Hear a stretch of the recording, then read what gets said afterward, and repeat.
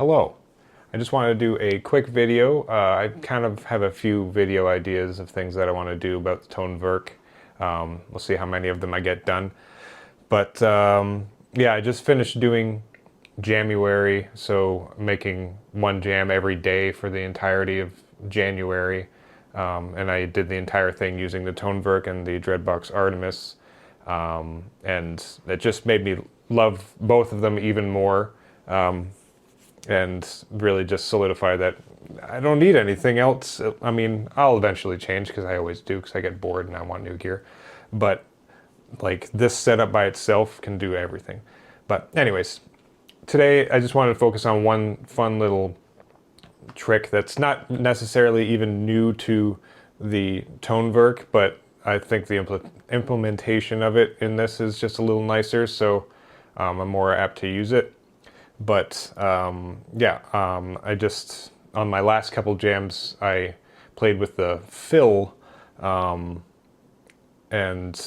was able to make like two different drum beats within one pattern and then two different melodic lines in a different pattern.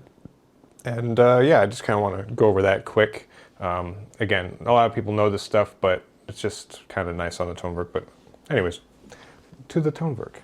Okay, and so here I have on, it's my day 30 pattern, I just have this synth thing where I have a fill set up to do a second drum line for both the kick and snare.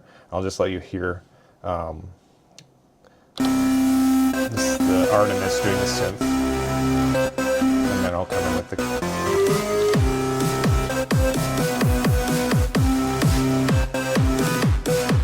So that's the normal drum line. And then I can hit fill. And now it just goes straight to 4 on the floor. So that removes some... It removes some...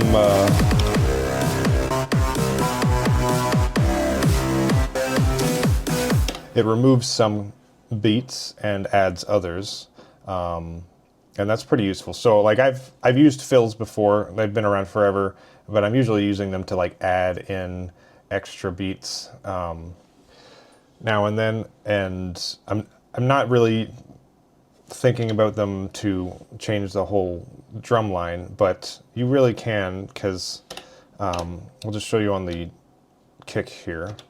Actually, I'm going to go to perform so I don't mess anything up.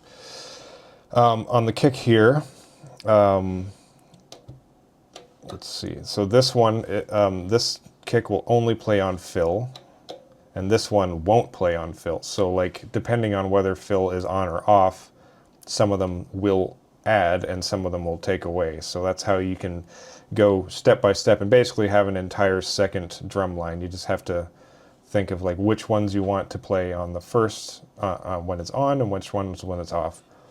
Yeah, and it's nothing new, but it's nice here because we have a dedicated fill button. So really just, it was on the page button before, and I don't know, something about that not being on its own dedicated thing made me just kind of not use it very much.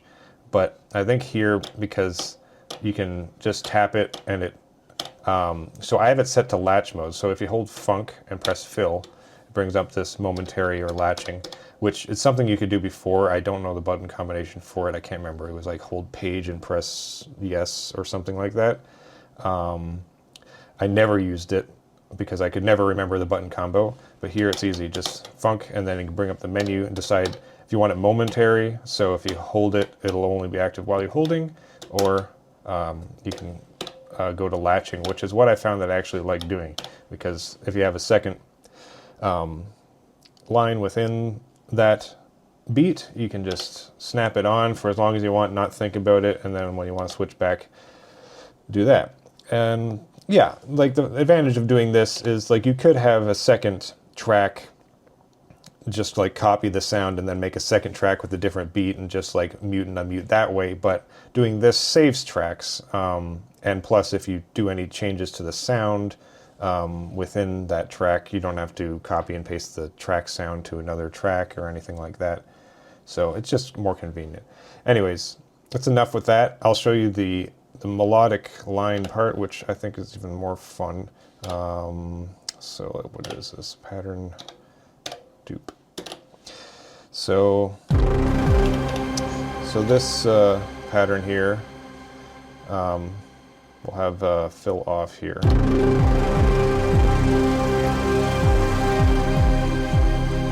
So there's just a bunch of melody going, but you can hear there's a bunch of space in between. So I like having the space in this for like the dramatic building parts, but then I have, on 2 different tracks, I have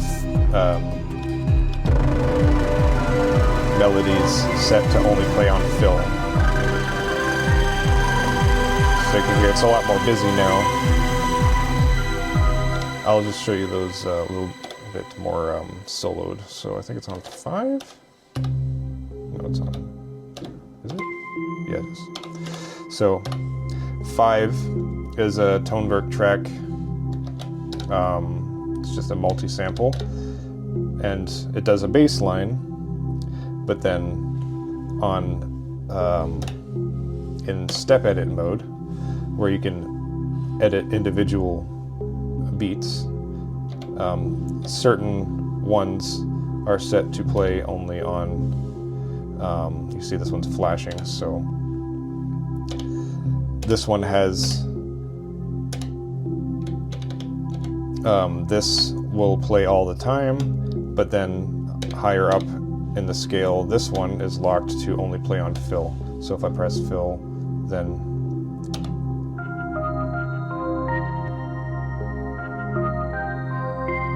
you can hear it adds, and that's using the same multi-sample, just 2 octaves up.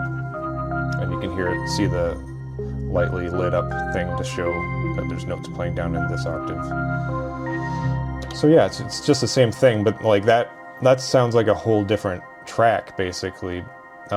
Just using the same track, but higher octave and some of them locked to fill. So that's, I think, my favorite implementation of this.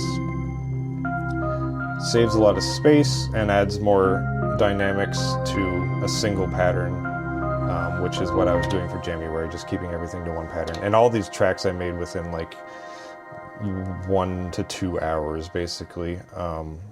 And yeah, it just helps things be faster with this. Anyways, that's enough for this. It's, you know, it's not really a new trick. I just really like the implementation with its own button there, and I never thought before of doing different melodic lines, and it's a lot easier with the step edit the way it is here.